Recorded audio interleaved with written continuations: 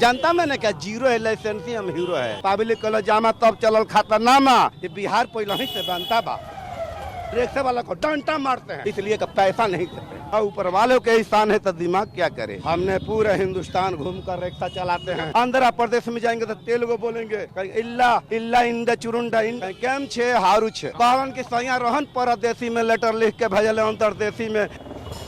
आरा जिला घर बा कौन बात का डर बा। आरा जिला के रहने वाले लोग चाहे जहां भी हों उनके लिए ये सूक्ति हमेशा जीवंत रहती है कि हम तो आरा जिला के रहने वाले हैं।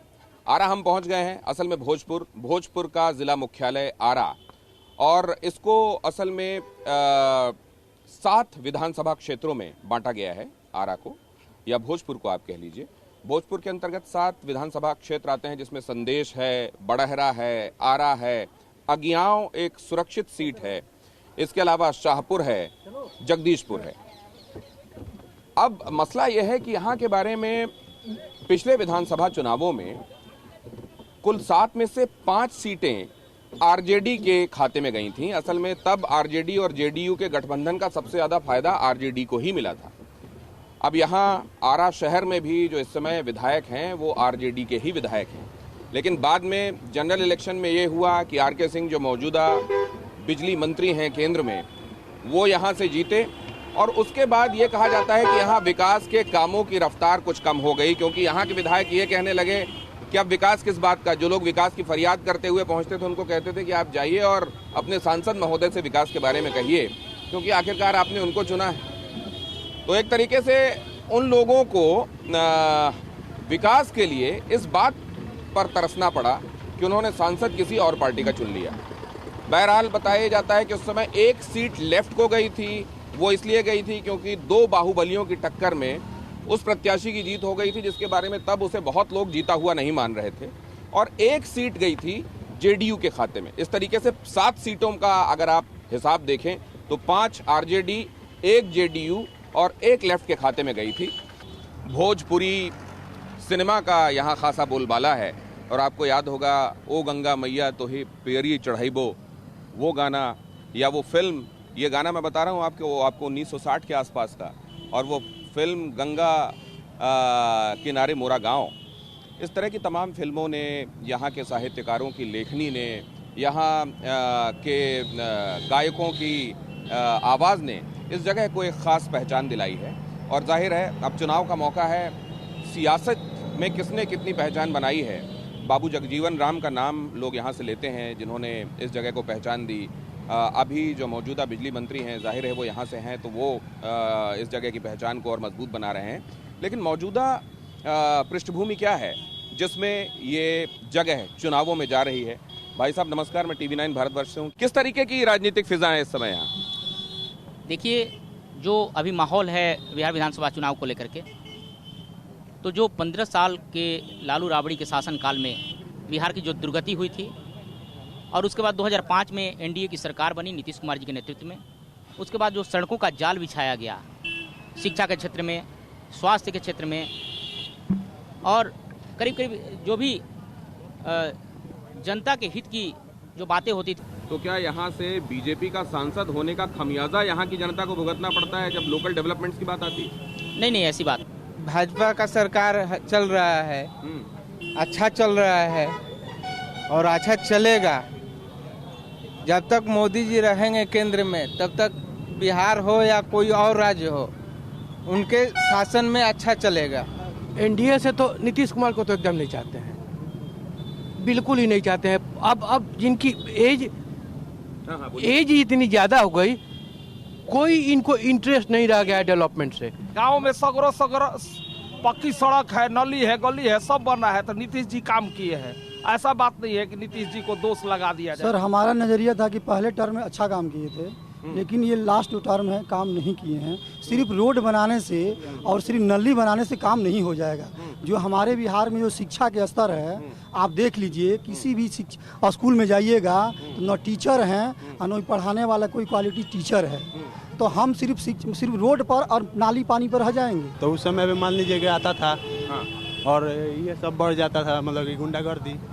अभी नहीं है, अभी गुंडागर्दी कम है लेकिन बेरोजगारी ज्यादा है। हो रहा है सर, यहाँ पे आरा में आए दिन रोज मर्डर हो रहा है। क्या हो रहा है आरा में? यहीं की बात बता रहा हूँ आपको। क्या हो रहा है? रोज मर्डर हो रहा है, रोज गोली चल रहा है। कहाँ कुछ कोई ठीक नहीं यहाँ पे, ना प्रशासन बढ़िया है ना यहाँ के नेता बढ़िया है। हम लोग बीजेपी सपोर्टर हैं, नीतीश कुमार को भी चाहते हैं, लेकिन नीतीश कुमार ने युवाओं के साथ कुछ नहीं किया है। इस बार हम लोग चाहते हैं कि इनको हटाना है, जरूर हटाना है, निश्चित हटाना है। आप बता दीजिए कितने मंत्री और नेता के लड़के सरकारी स्कूल में पढ़ते हैं, कितने मंत्री और नेता का इलाज सरकारी हॉस्पिटल में होता है, बता दीजिए। ये सवाल हैं, ये सवाल शाश्वत हैं और ये सवाल इनफैक्ट बिहार के ही नहीं, आप कहीं और भी चुनाव हो रहे हो तो उस समय लोगों से जाकर बात करें तो ये सवाल आपको शायद कॉमन मिलेंगे। लेकिन यहाँ पर एक बात कही जा रही है उन लोगों की तरफ से भी जो पारंपरिक रूप से सपोर्टर रहे हैं एक पर्टिकुलर पार्टी के, वो ये कह रहे हैं कि डिलीवरी में जितना एक्सपेक्टेशन था वैसा नहीं हुआ और कई जगहों पर तो उनकी उम्मीदें एकदम लड़खड़ा गई। बहरहाल अब आगे चलते हैं, देखते हैं आरा में दूसरी जगह मौजूद लोगों का क्या कहना है। आइए चलें, रथ आगे बढ़ाएं।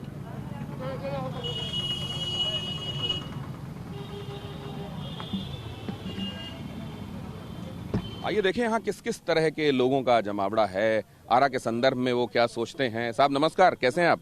ठीक हूं मैं। TV9 भारतवर्ष से हूं मैं। ये रथ राज्याभिषेक का निकला हुआ है ये समझने के लिए कि चुनाव की बयार इस बार कैसी है। यह हम लोग का जो चुनावी मौसम है, प्रमुख मुद्दा है राज्य की अमन चैन, सुख शांति, समृद्धि, विकास का मुद्दा और रोजगार का मुद्दा। यहाँ विकास इन 5 सालों में जो किया हुआ, ये 5 साल में विकास नहीं हुआ है। अभी महागठबंधन की महागठबंधन की सरकार में स्थित जगह है गोंडा रोड में जाकर रोड की स्थिति देखिए। वो आया हुआ पैसा फंड हमारे माननीय विधायक जी के द्वारा ही पैसा लाया गया था और वो उस रोड में सारे पैसे यहाँ के अधिकारी और नेतागण खा गए और आज रोड की स्थिति जाकर देखा जाए, गड्ढा जांग भर गड्ढा लगा। नहीं, कुछ तो मौसमी मामलों से रोड खराब है, लेकिन इसका मतलब ये नहीं है कि बिहार में विकास नहीं हुआ है। बिहार में विकास चहुमुखी ओर से दिख रहा है, चारों तरफ से दिख रहा है।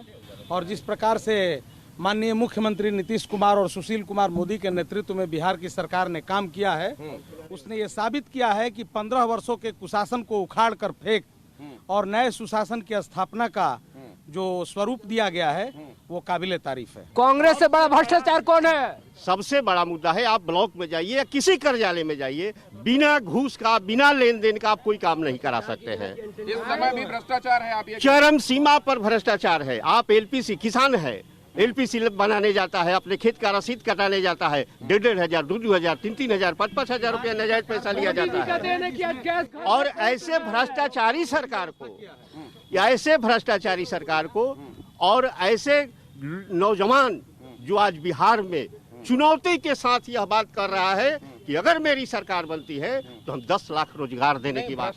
ग्रुप डी रेलवे की तैयारी कर रहे हैं। पहले क्या बोला आपने? Group D railway. अच्छा, ग्रुप डी रेलवे। तो यहाँ आकर क्यों पढ़ रहे हैं? क्या कर सर, मतलब घर से थोड़ा बाहर निकल के यहाँ शांति मिल जाती है आपको, एकांत में पढ़ते हैं आप। कैसा है पढ़ाई लिखाई का माहौल बिहार में अभी क्या बताएं सर, कैसा है? हम लोग को जॉब नहीं करता, हम लोग का बताए कैसा हो रहा है। जॉब नहीं करता, क्या बताए कैसा हो रहा है। वैकल्पिक क्या सोचा जाए हमको नहीं समझ में आता है। वैकल्पिक जब हमारा बेसिस सही नहीं रहा तो हम वैकल्पिक सोच कहाँ सकते हैं। सिर्फ MA BA ग्रेजुएशन करो और फिर उसके कोई तो मतलब टेक्नोलॉजी भी तो यहाँ पे डेवलप होनी चाहिए, कोई इंडस्ट्री भी डेवलप होनी चाहिए। यदि हम बिहार स्टेट से बिलोंग करते हैं तो उस तरह की तो कुछ है नहीं, तो फिर कहाँ से हम उसके अलावा सोचेंगे। अब तो वही रह गया कि से बोलिए। नई शिक्षा नीति आ गई है और उसमें वोकेशनल कोर्सेज क्लास 6ठी क्लास से ही वोकेशनल कोर्सेज की पढ़ाई होगी। तो इसके बाद अब रोजगार मेरी समझ से कोई ज्यादा बड़ा समस्या नहीं रह जाएगी, क्योंकि बच्चों को वैकल्पिक जो है रोजगार के साधन मुहैया करा जाएंगे, उस तरह की उनकी शिक्षा होगी, पढ़ाई होगा। ये है कि अगर क्या बोल रहे हैं, वो तो नेक्स्ट जनरेशन के लिए, जैसे हमारे पीछे जो जनरेशन है उसके लिए 6th क्लास से अगर आप दे रहे हैं तो वो तो इस जनरेशन जो अब आप 34 सालों के बाद ये जो शिक्षा की नई शिक्षा नीति आई है 34 सालों के बाद आई है। तो इसके पहले की जो सरकारें थी वो इसके लिए दोषी हैं। 6 साल से जब से हमारी सरकार है, जब से नीतीश कुमार जी नरेंद्र मोदी जी प्रधानमंत्री बने हैं, वो लगातार नई शिक्षा नीति को बनाने के लिए लगातार प्रयास कर रहे हैं, लोगों से सुझाव मांगे जा रहे हैं और लंबे समय से हम लोग न्यू शिक्षा नीति पे काम कर रहे हैं और तब जाके वो पूरी तरह से कंप्लीट हो गई है और अब नेक्स्ट सेशन से लगभग लॉन्च हो जाएगा।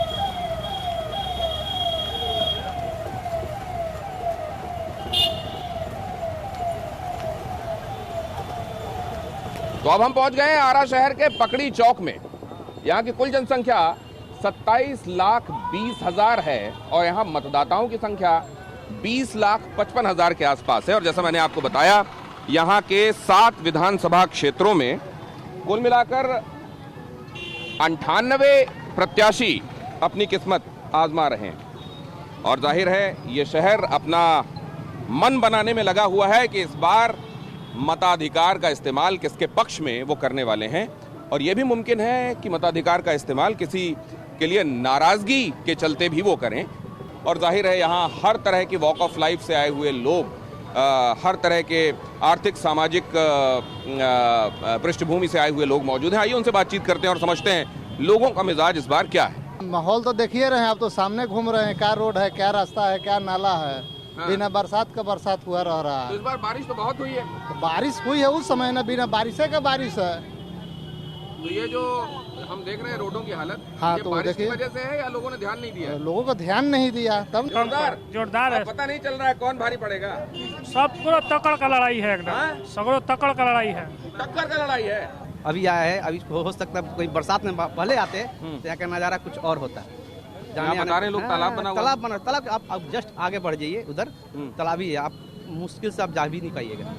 ये स्थिति फोर व्हीलर जाने में मुश्किल हो। नहीं, मैं एक बात ये समझना चाह रहा हूँ, क्योंकि मुझे ये भी पता है कि इस बार यहाँ मानसून बहुत रहा है, बारिश बहुत हुई है, उसकी वजह से ये है, ये हर साल की कहानी है। ये तो बहाना है, हर साल की कहानी है। हर साल का है, चाहे किसी भी गली में चले जाइए आप। शिक्षा तो इनसे बदकर इस में रहा ही नहीं।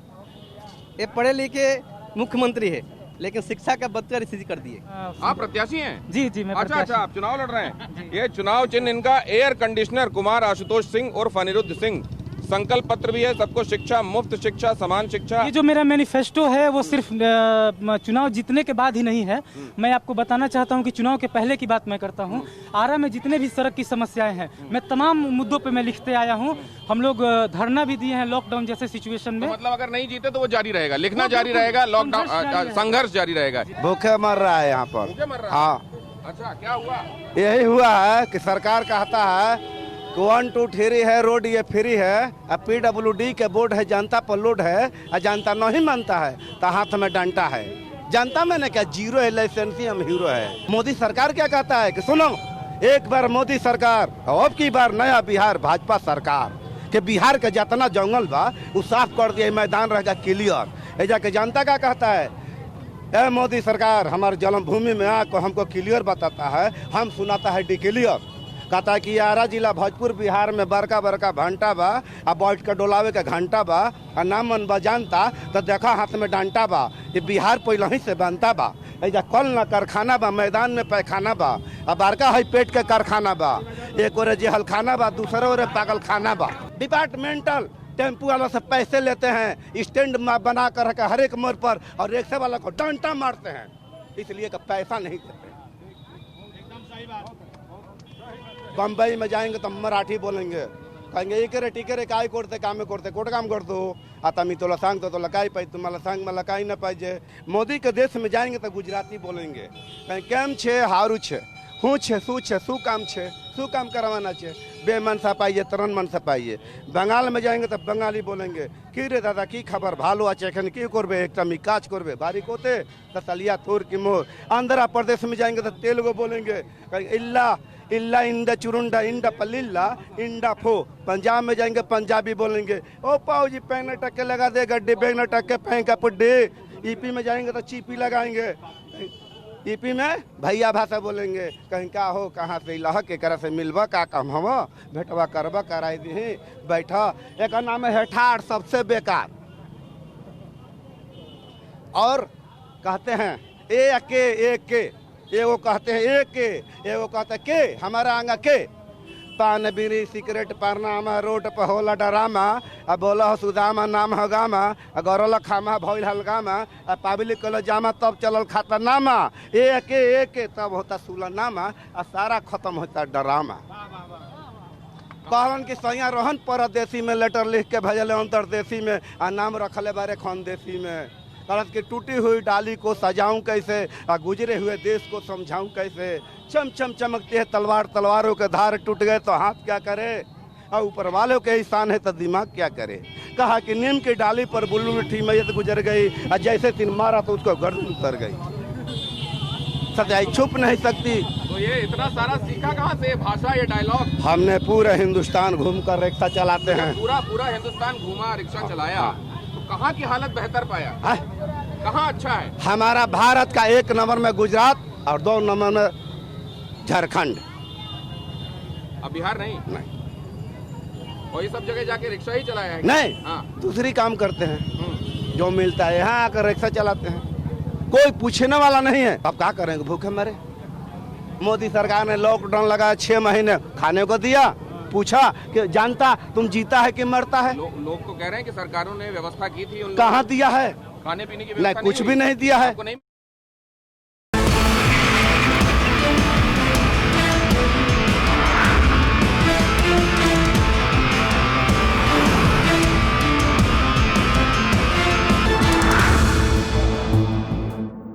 फिक्र आपकी, सोमवार से शुक्रवार रात 9 बजे सिर्फ TV9 भारतवर्ष पर।